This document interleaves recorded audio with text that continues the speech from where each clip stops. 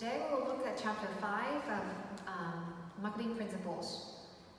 As you have realized, I moved up this chapter a little bit because I believe that we should understand the customers first before we move on to other topics of marketing. So this chapter 5 is about the consumer market and buyer behavior.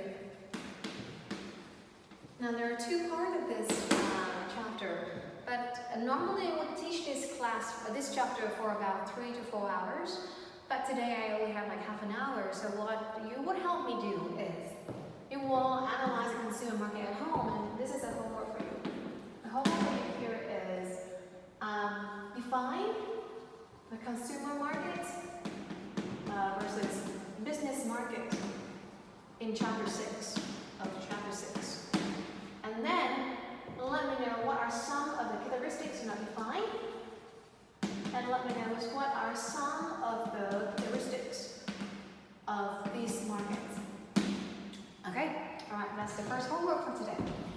Now, so move on to the second part of today's lecture, that is concerning the buyer behavior. Now, what I would write here is the buyer behavior model. Now why? Because this model will help guide us through the different factors that we need to understand of the customers. And this model will help you study at home by reading our textbook and reading the slides. Because I don't have enough time, so I will write the model and then I will discuss some of the most important factors of the model.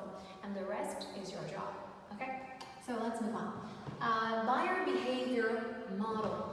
In here, in the center of the model, is something called the consumer or the buyer's black box. Now, why do we say black box? Because in this box includes so many important information about these consumers that help marketers understand these consumers. And every marketers are curious to discover this black box. That's why we call it this way. So in the consumer black box, there's only two main things, which is the consumer's characteristics, and then the consumer's buying process. These are the two main things that we will have to analyze and understand as a marketer. And in a little bit, I will break this down into smaller factors so that's easier for us to follow.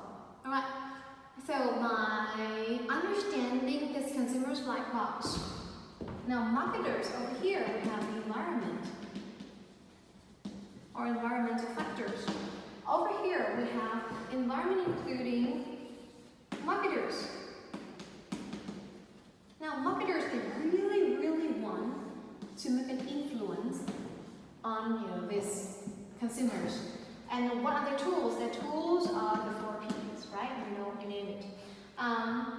Not just marketers, we also have other factors such as, other stimuli, other factors such as the economic situation, or even the political situation, or even the natural environment. Those factors can also influence or make an impact on our customers over here. So again, by understanding them, you might be able to influence their behavior, right? If you don't understand your customers, your product, your promotion efforts will not catch the attention of your customers, and you will not be able to sell. That's why it's so important to understand the consumers, or the consumer's black box. Right. And so, marketers want to influence these consumers to do what? Over here, we have something called the buyer's response. The buyer's response include when, where, how, what, or why a customers buy some product. Now, and we'll look at that later. So, what I would want to spend the most of our time on today is studying the consumer's characteristics. Okay. Let's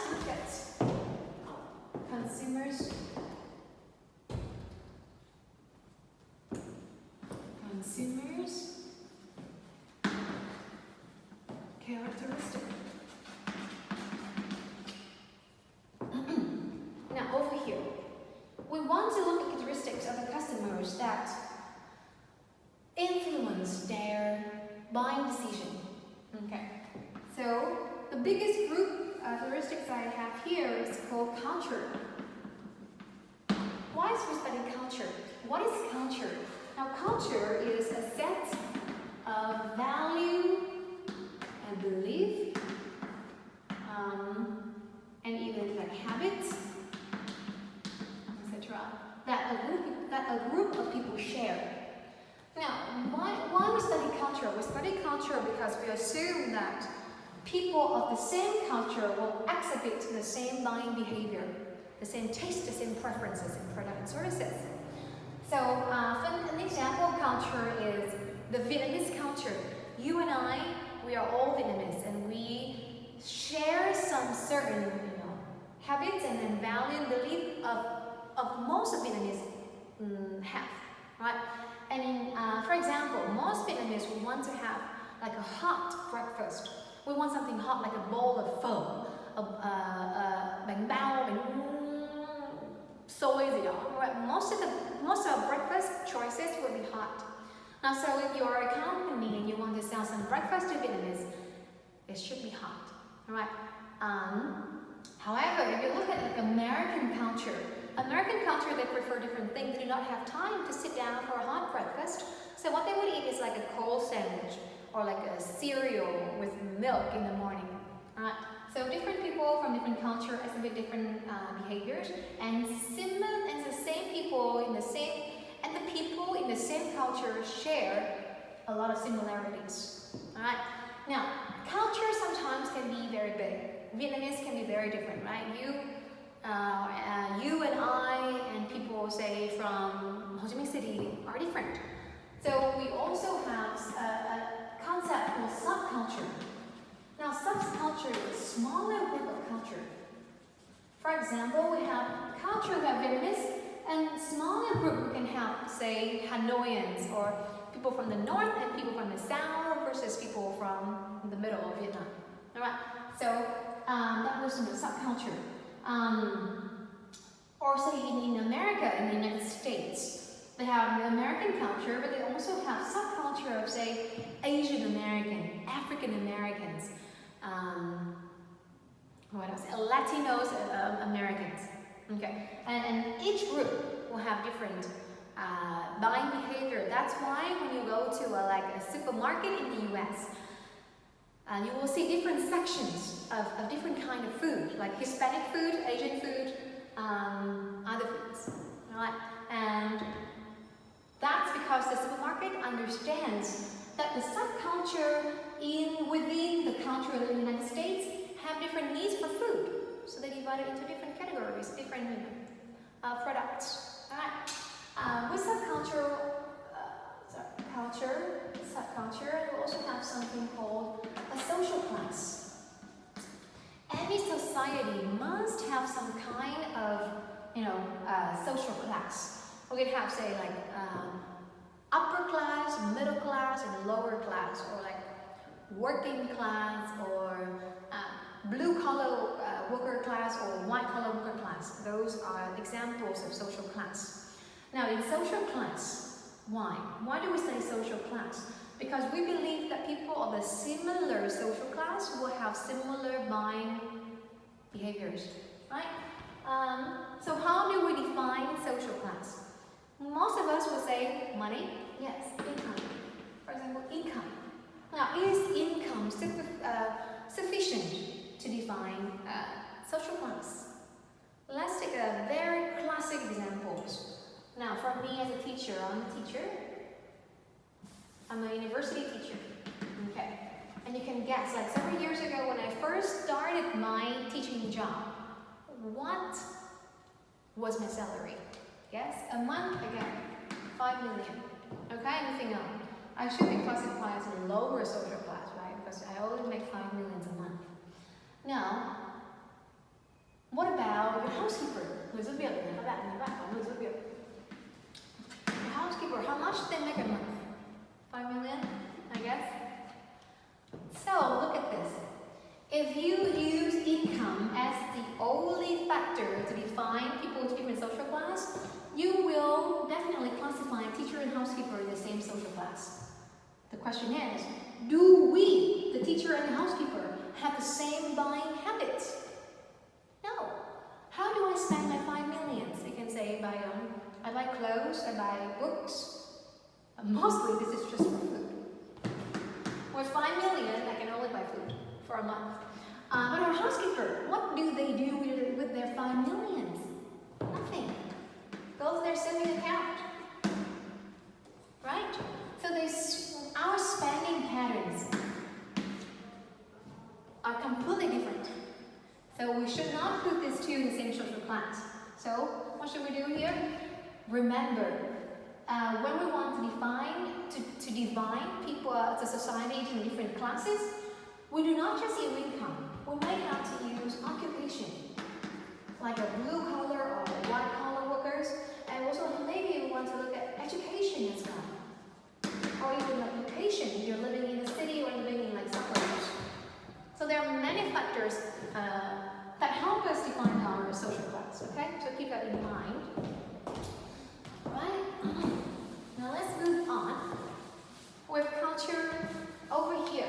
Now, when we talk about culture, the things that you cannot ignore, the smaller, slightly smaller group here, not that small. Here we have the social, the society, our smaller society. Now, each people in a same society can exhibit also some very similar patterns. For example, we will look at different kind of groups that people have. Now, what kind of groups there are? There are 3 main kinds of groups. One group is called membership group. Now, membership group are the groups that a person belongs to. For example, you guys belong to your class of truyền thông marketing 60, for example. And that is your membership group. People in the same membership group have similar behaviors, but there's also other kinds of groups such as aspirational group. Aspirational group. The group that you desire to belong to. You really wish you belong to that group. For example, I really desire to belong to the group of PhD holders in Vietnam, in Hanoi, because I don't have a PhD yet. But I will look at what the PhD students or what PhD holders in Vietnam do, and then I may copy their way of doing it, and then the PhD holders in Vietnam, they can have an influence on the way I dress, the kind of books that I buy, what kind of work environment that I choose. That's why the aspirational group is important. It helps define the behavior of the customers. All right. Now, the third kind of groups that we have is called reference group. Reference group. And reference group people will give you advice. That include people who give you advice or recommendation or suggestions. Alright. And in these reference groups, we have a person that is called the opinion leader. This opinion leader has the most powerful advice over you.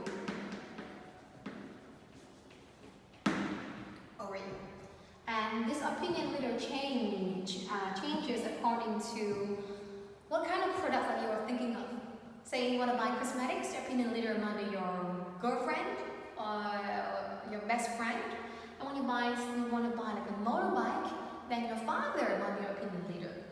But you take advice from a group of people, and that group form your reference group. Okay? Alright, move on.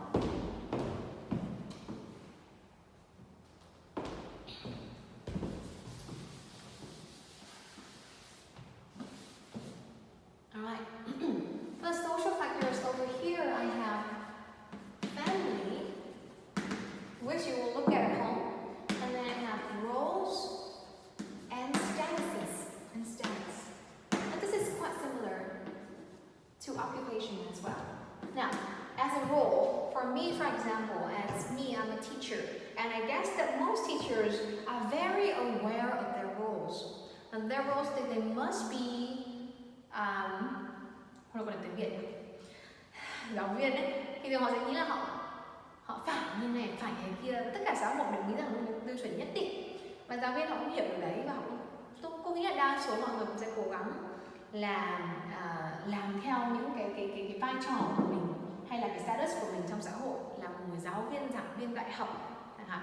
Nhưng khi đi ra chợ thì không được cãi nhau to quá, hay là khi mà tức giận thì cũng không thể nào đăng cái status chửi bới trên Facebook được, ví dụ như thế.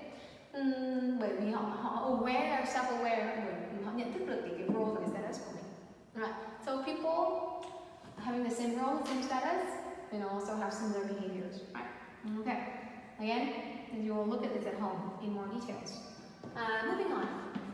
Now we look at culture, we look at social, and now let's look at personal factors. Now personal factors. This differs from different group of people. For example, if you think about age or life cycle, people of the same age or the same generation may have similar set of preferences, may have similar tastes and similar products that they want to buy, right? So you guys, young people, and you guys in their 20s may want to say, may want to rent a house instead of buying houses, right? You're living far away from your family and you're working somewhere far away and you want to rent a house and you do not have the money to buy a house yet. So if I am a real estate company, if I am a company that rents or that sells apartments, I would not target people in their 20s because they do not buy houses. Right? So you see the one examples of why we look at people's different ages and different life cycles. Moving on. Now, other personal factors can include like their occupation. People of the same occupation may have similar behaviors as well. Occupation here can include white collar or blue collar. Như văn phòng như lao động chân tay. Okay, they're different too. And occupations and other factors such as lifestyle. For some people who have like a healthier lifestyle, some people have like a nocturnal lifestyle, who likes to only work things when it's dark outside. They have different habits as well. So, sorry, I'm going too fast, but I have to move on. Personal, and then we have psychological. Now, psychological factors are actually one that I really like because they're quite interesting. In psychological factors, we will look at customers' perception, customer motivation, customer attitudes, or the learning. Right. So, as examples for today, I will look at customers' perception, and we will look at the rest of this at home. Right? Now, customers' perception. What is customer perception? Erase the board because this is the end.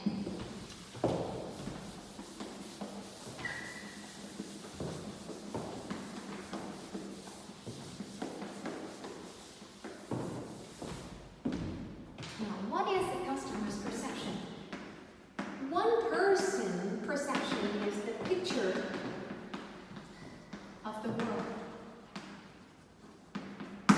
or how they understand the world around them. Right? And the question is, where does our perception come from? How can we have a picture of the world? How can we have an understanding of the world? It comes from what we can see, like a picture can be seen, right? We see with our eyes, and we can feel it, we can smell it, we can touch it. So basically, a perception comes from a customer's five senses. A customer's five senses. All right. So, and we have this filter that is very necessary, very beneficial for marketers to understand. Now, down here, we have the customer's perception. What does that mean? It means that our marketing over here, we have different marketing efforts, different marketing activities, and what our goal is, we want to get down to customer perception. We want the customers to understand, to know and to understand and to remember, to store our information in their head, right? So, what can we do? What can we do? Over here, let's see examples of, say, billboards.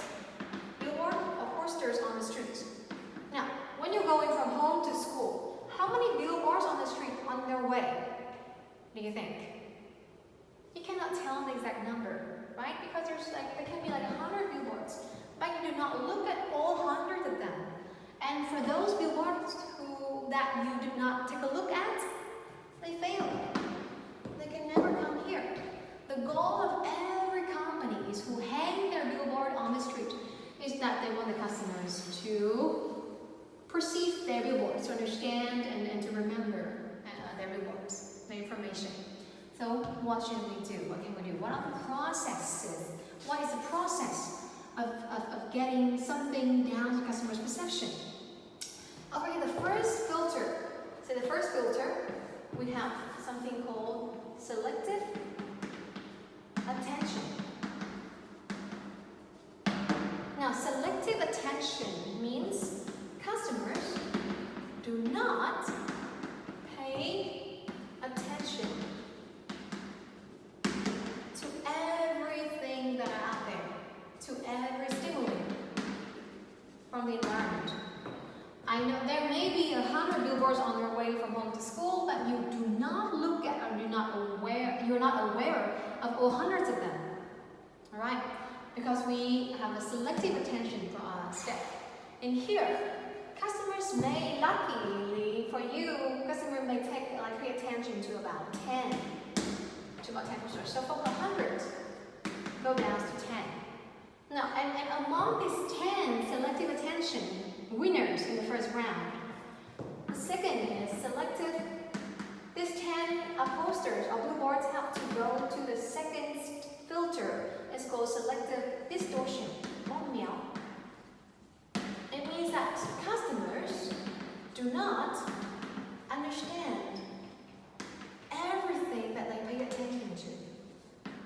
Do not understand everything that they pay attention to. Alright? I look at the 10 posters, but I may not understand any of them because I only give like a second or 2 seconds to look at the poster or the billboard. So, if you're lucky, if this customer is really smart, he or she can understand about 5 billboards that she sees. She understands the information that is given in this billboard. Now that's selective distortion. And the last step before getting the customer's perception is something called selective retention. The customers don't remember everything that they understand. Alright? For example, in this class, or this video lasts about 30 minutes. And you cannot pay attention for 30 minutes, I know. You only pay attention to like 10 minutes. At max, at least. No. Students only pay attention to about 10 minutes. Okay. And for those 10 minutes, they may not understand a single thing. Alright? Or the average, I would say, to understand half of the thing that I have talked about in class in those 10 minutes. And for, half of the thing that you pay attention to, you understand. Many of you may not remember anything when you turn off this video, when you turn off your laptop. Tomorrow when you wake up, you remember nothing about chapter 5, right? And that means I am a failure, right? The activities that I have here cannot get down to the perception, and I fail. And marketers, they fail too, but they don't want to. So if you don't want to fail, Think about this. When you do something, like when you make a billboard, ask yourself, will your customers pay attention to this billboard? Or what can I do to catch the attention of the customers? Think about the 5 senses. Most billboard on the street will attract your eyes, and you'll say it's very eyes-catching, right? But you can do something else like smell or sound. You can use sound. Like a billboard can make sound. A billboard can make sound. I guarantee that way a lot more people will pay attention to the billboard compared to like just a visual billboards, right? So add more senses to your activity, and then you may be able to catch better attention.